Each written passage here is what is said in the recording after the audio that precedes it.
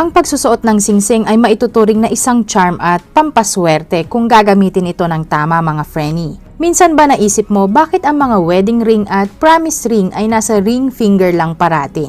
Ito ay sa kadahilanan ang bawat daliri ay may kanya-kanyang enerhiya at ibig sabihin. Thumb. Ang thumb finger natin ay simbolo ng isang willpower, katatagan, braveness, talino at pagdidesisyon. Ito din ay sumisimbolo sa atin mismo o sa kung ano ang nais natin sa ating sarili. Isa din itong wishing finger na maituturing. Maaari ka magsuot ng singsing na sumisimbolo ng willpower. Pwede din ang singsing na may amethyst, garnet, or ruby. Index finger. Ito ay sumisimbolo sa pamumuno, leadership, highness, queen, at matataas na tao o may katungkulan ang simbolo nito. Boss, in short. Katapangan din ng isang simbolo nito. Kung nais matupad ang mga pangarap mo, gawing lucky charm ang pagsusuot ng singsing sa iyong index finger. Magsisilbi itong paalala sa'yo kung para saan at bakit ka nga ba kailangan magpursige at magsumikap. Gumamit ng mga singsing na may simbolo ng pagiging successful o pamumuno. Maaari din ang singsing na gamitin ay may batong amethyst at topaz. Middle finger.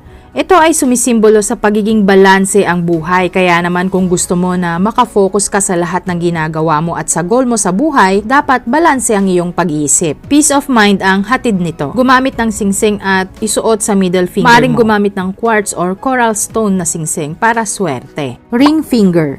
Naalala nyo ba ang tinanong ko sa inyo kanina, bakit sa ring finger ang wedding ring o ang promise ring? Ang promise ring ay hindi lang sa magkarelasyon. Ito ay pwede sa'yo mismo. Ito ay isang pangako mo sa sarili mo kung ano ang dapat at gusto mong gawin. Magsisilbi din kasi itong wishing charm mo o wishing ring. So going back sa sagot sa tanong ko, ang wedding ring o promise ring ay inilalagay o isinusuot sa ring finger dahil ang ring finger ay simbolo ng emosyon. Ito ay malapit sa ating puso. Dito nagsisimula ang lahat ng nais mo, goal mo sa buhay, kaya may promise o wishing ring na tinatawag. Ring finger connects directly with the heart, meaning to say, associated ang ring finger sa ating pagkatao. Nagre-reflect ito sa kung ano nga ba ang nais natin. Hindi lang ito para sa wedding ring. So pwede kayo magsuot ng singsing na simbolo ng inyong mga pangarap, simbolo ng inyong goal sa buhay. Ang jade ang isa sa pinakamagandang bato na maswerte isuot sa ring finger. Maaari din magsuot ng mga infinity ring o mga sumisimbolo ng kasaganahan. Moonstone, pwede din at colored stone o yung may mga pagka-rainbow or yung iba't ibang reflection ng kulay.